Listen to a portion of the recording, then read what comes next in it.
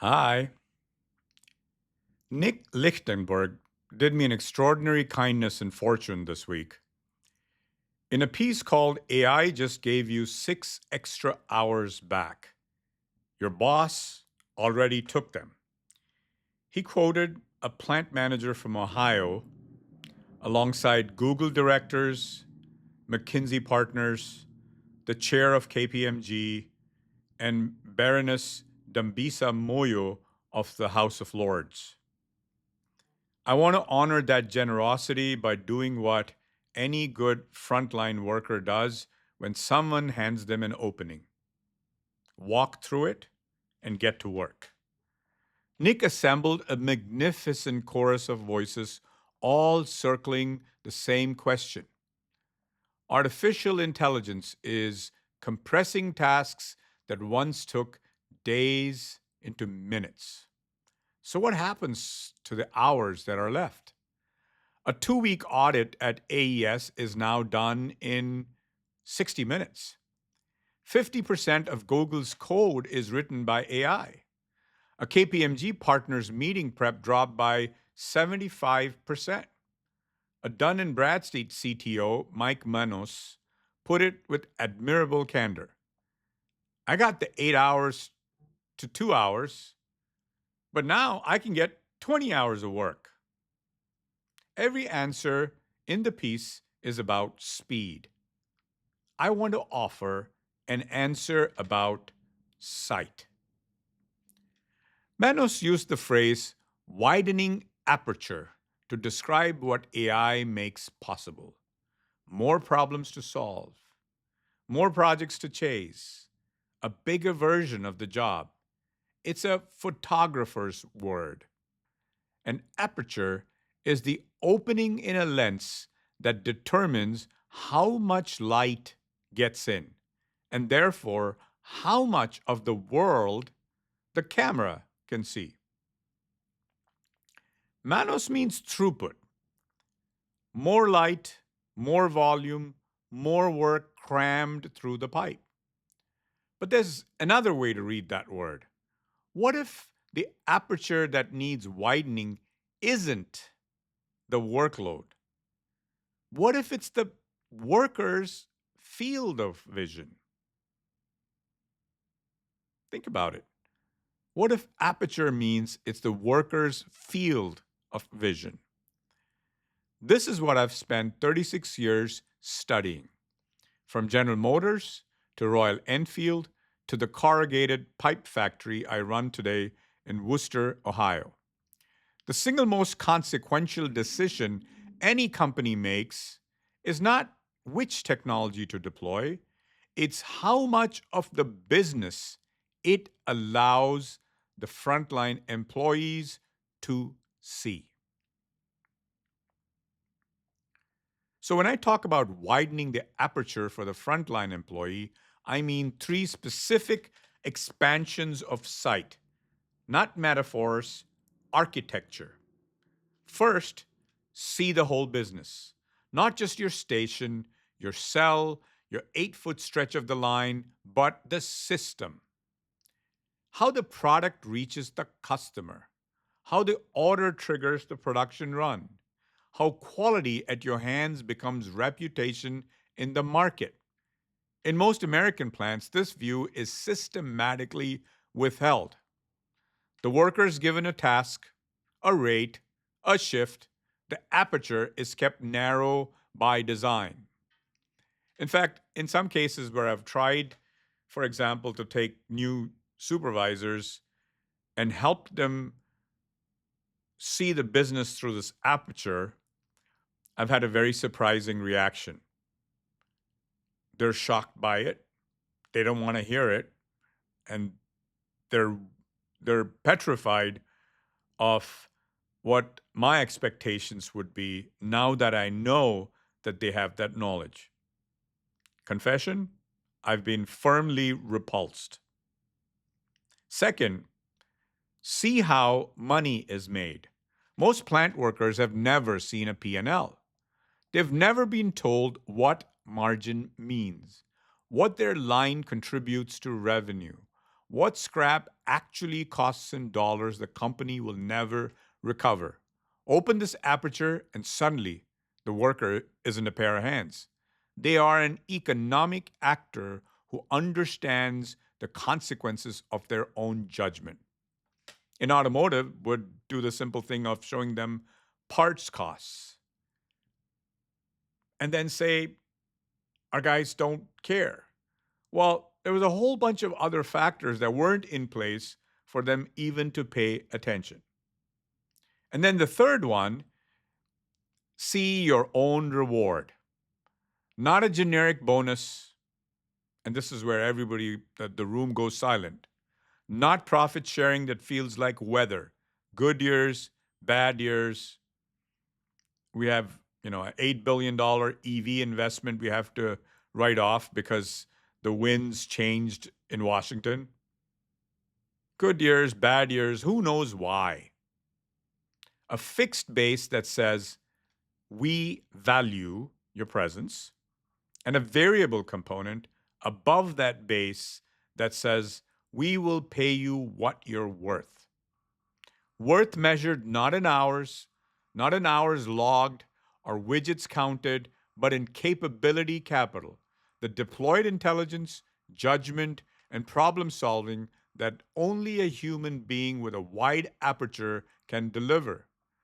The variable line runs directly from I saw the problem, I applied my intelligence, I solved it, to here is what that was worth to the enterprise. That is getting paid what you're worth. And worth is measured in the capability you bring, in the consequences you create, and not in the time you spend. When all three apertures are open, when the worker sees the business, understands the economics, and can trace their variable reward back to their own deployed capability capital, something happens that no amount of AI acceleration can produce on its own. You get a human being who is invested, not managed, not monitored, invested. That is where the bloom manifests. So why don't more companies do it? The standard excuse is that frontline employees aren't capable of understanding the business. They lack the education. They lack the context. They wouldn't know what to do with the information. I've heard this excuse on 4 continents. I'm counting 4 because for a brief time I had responsibility for plants in South Africa. So I've heard this excuse in 4 continents, in 7 languages across 3 decades. And I will tell you what it actually is. It is fear. Not fear that the worker can't comprehend the business, fear that the worker will comprehend the business. Because a worker who sees the whole system, who sees the margin, who sees what their labor actually generates, who sees the delta between what they produce and what they're paid, is a worker who can see the extraction. A visible extraction has to be justified, and justified extraction eventually has to be shared. The narrow aperture is not a training failure, it's a design choice. The front line is kept in the dark not because they can't handle the light, but because capital cannot handle being seen. Think about how perfectly this explains the pattern in Nick's fortune piece. Every executive he quotes is talking about what to do with the time AI frees up. Not one of them is talking about showing the worker where the value went. Manos says he can now get 20 hours of work out of what he used to take 8. Growing for whom? The KPMG chair says, my business should be growing and will grow. He doesn't say who shares in that growth. He doesn't have to. The aperture is narrow enough that no one on the front line can do the arithmetic. The Harvard Business Review study Nick cites found that AI early adopters experience work as more intense, a phenomenon Boston Consulting Group researchers have taken to calling AI brain fry. Of course they do. They're running faster on a treadmill they cannot see the end of, producing value they cannot trace for a reward structure that hasn't changed. The aperture of the task got wider. The aperture of understanding stayed shut. For anyone who thinks what I'm describing is utopian, I have two words: Lincoln Electric. Lincoln Electric is a welding equipment manufacturer headquartered in Cleveland, Ohio, 60 miles from where I sit in Worcester. It's been in continuous operation since 1895. It has not laid off a single employee for economic reasons since at least 1948 and possibly since 1925. It has paid an annual profit sharing bonus to every employee, without exception, every single year since 1934. That is 91 consecutive years of shared prosperity. And it is ferociously, ruthlessly competitive. Lincoln Electric drove General Electric out of the welding industry. Its production employees are among the highest paid industrial workers in Cleveland. Its revenue exceeds $3.8 billion. This is not a soft company coasting on goodwill. This is a company that wins, and wins because of how it treats its people, not despite it. How? The aperture is wide open. All three openings built into the architecture from the beginning. Lincoln's frontline workers see the business. An employee advisory board has met with the president every 2 weeks since the company's early days. Open door policy, complete transparency on how piecework rates are set, and once set, those rates are guaranteed forever. The worker has the right to challenge every change. Lincoln's frontline workers see how money is made. They understand that when there is no profit, there's no bonus. And that when profit grows, the bonus pool has no upper limit. The company sets aside roughly a third of pre tax profits for the annual bonus. In recent years, that pool has exceeded $100 million. The average bonus has run around $33,000 per employee on top of the wages that already lead the market. Lincoln's frontline workers see their own reward. The piecework rate is the fixed base. It says your presence and your labor have value. But the bonus is the variable, and it is calibrated to capability capital.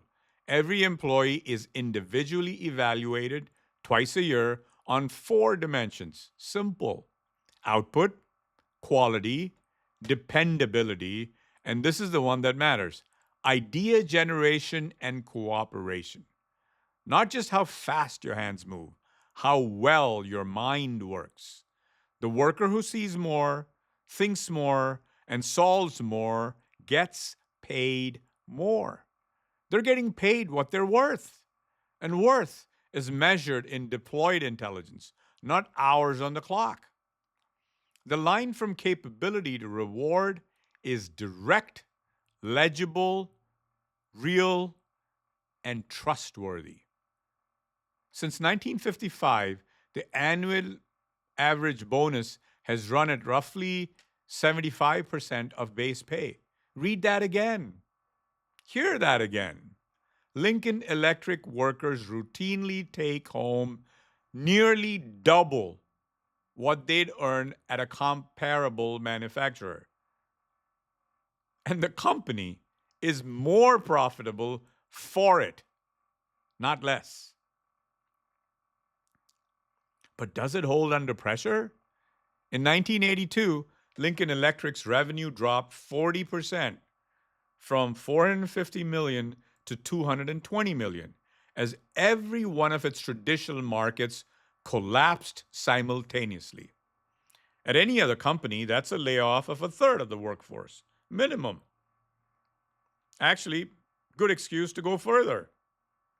Every CEO in Nick's fortune piece would have started cutting heads. And Lincoln, you guessed it, didn't lay off a single person. They reassigned about 15% of production workers to maintenance, to clerical work, to sales. Average pay was roughly halved. Executive compensation was cut too. Everyone absorbed the shock together, and the company stayed profitable. And it still paid the bonus. Now, when the recovery came, Lincoln didn't have to rebuild institutional knowledge from scratch. It didn't have to recruit and retrain. The intelligence was still there. Every worker who'd been reassigned came back to the line with a wider view of the business than they'd been before because they'd seen other parts of it during the downturn. The aperture had actually expanded through the crisis. The well didn't run dry, it deepened. So Lincoln Electric is the American proof. Let me offer a European one so you don't think I'm crazy. Siemens, or shall we say Siemens, operates a factory in Amberg, Germany that kept the same 1,100 employees for 20 years while technology evolved around them. 1,100 employees, no change, 20 years with all this technological change. Those workers were not replaced by automation. They were formed alongside it. And over those 2 decades, they generated, get this, 8 times the business output. Same people, 1,100, 8 times the business output. Same people, same head count, I hate that word, 8 times the result. Not because the machines got faster, though they did, but because the humans got wider. Their aperture expanded year by year. They understood the system. They understood the economics. They understood their role in an enterprise that was growing because of them, not in spite of them. Siemens called Amberg its factory of the future. I call it the factory that took the aperture seriously. Here's where I part company with nearly every voice in Nick's carefully selected set. The entire conversation at Google, at McKinsey, at KPMG, at Dun and Bradstreet starts with the tool. We deployed AI. We got these efficiency gains. Now, what did we do with the humans? Right? Everybody's asking, what do we do with the humans?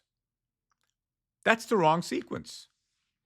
Intelligence deployment precedes AI application. You widen the aperture first. You invest in the frontline workers' ability to see the business, understand the economics, and connect their contribution to their reward. Then you hand them the AI, not as a surveillance instrument or a speed multiplier, but as an amplifier of judgment they already possess.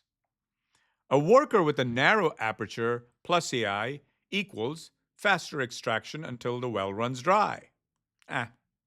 Maybe I'm being a little cynical. The company milks the economic value of the knowledge that the AI captured from past practice for maybe 10 to 15 years. But there's no new knowledge being developed because humans develop knowledge. And then the bill comes due, the well runs dry. A worker with a wide aperture plus AI equals compounding intelligence because that worker knows what to ask the AI. They know what to question in the AI's output. They know what the AI is missing. Think a wiki that wasn't updated. The tacit knowledge of the line, the customer, the slight change in the sound of the extruder that means the temperature is off. AI has no nose. AI has no ears. Now, my friends would say it's got sensors, but I've lived for 30 years with sensors that lie. AI has no fingertips. It has no 30 years of pattern recognition earned in the smell of resin and the feel of a pipe wall. But it has tremendous analytical power. And in the hands of a worker who can see the whole business, that power compounds rather than extracts. Lincoln Electric understood this before the word artificial intelligence existed. James F. Lincoln's foundational insight, laid out in his 1951 book, you guessed it, Incentive Management, was that workers suppress their own productivity when they fear it will cost them their jobs. The narrow aperture isn't just intellectually confining, it is economically rational for the worker. If you can't see where the value goes and you suspect it isn't coming back to you, why would you give your best thinking to the enterprise? You'd be funding your own replacement. Lincoln's answer was the guaranteed continuous employment plan. Your job is secure. Now give me your real intelligence. And the workers did. And the company became the most dominant force in its global industry for the better part of a century. Baroness Dambisa Moyo raised a haunting reference in Nick's piece. John Maynard Keynes predicted in the 1930s that by 2030, technology would make a 15-hour work week possible. He was like Nostradamus. Then he asked, with obvious anxiety, what people would do with all that free time. Will they be contemplating God? Moyo noted, adding her own worry about rootless young men around the world who are not contemplating God in the manner in which we would want them to. I understand the anxiety, but I think Keynes and Moyo are asking the wrong question because they're imagining the freed hours as empty hours, leisure, void, time without purpose. The Bloom system offers a different answer. The freed hours are not free time, they are formation time. Time to learn the business, time to understand the economics, time to develop the judgment that makes a frontline worker not just fast, but wise.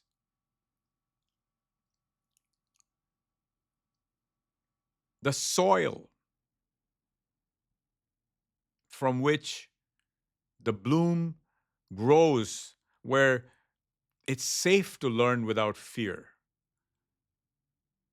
The water, the stock, the structured pathway to greater capability.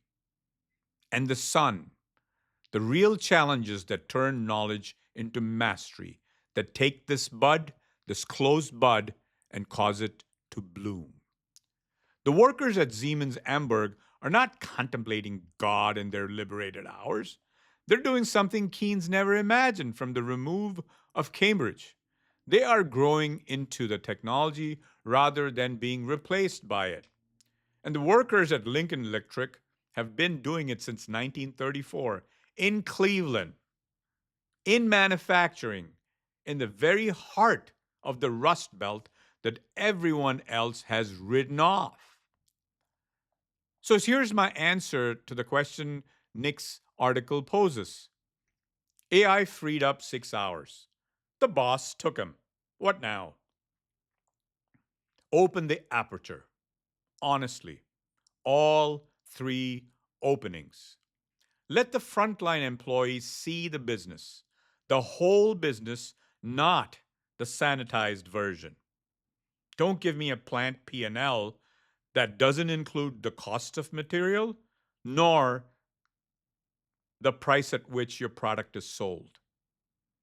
Let them see how money is made, the real numbers, the real margins, the real cost of the problems they solve every day. Let them see their reward, variable, specific, tied directly to their contribution, above and beyond base compensation. Then hand them the AI. Not as a replacement, not as a treadmill set to a higher speed, as an instrument. I play the sitar as an instrument worthy of the musician. And then watch what happens. Watch the discretionary effort that no monitoring system can compel. Watch the problem solving that no algorithm can replicate. Watch the compounding intelligence of a workforce that is invested, not because they were given a motivational speech, but because they can see the return on their own deployed capability. Lincoln Electric has been watching it happen for 91 years. Siemens Amberg watched it happen over 20. The companies that understand how to unlock this intelligence, engage their people, deploy the tacit knowledge they already have, and then layer AI on top, they're going to win extraordinarily. The companies that simply cut, that keep the aperture narrow, harvest the AI efficiency gains, and send the savings to the balance sheet will milk, will draw water from the well for 10, maybe 15 years. About three CEOs will declare extraordinary success. And then that poor fifth CEO will hit a well that ran dry because the humans who develop new knowledge will be gone. And AI, for all its magnificence, cannot develop what is never seen. The question, then, isn't whether AI gives you back 6 hours. It's whether you have the courage to let your people see what those 6 hours are worth. Thank you.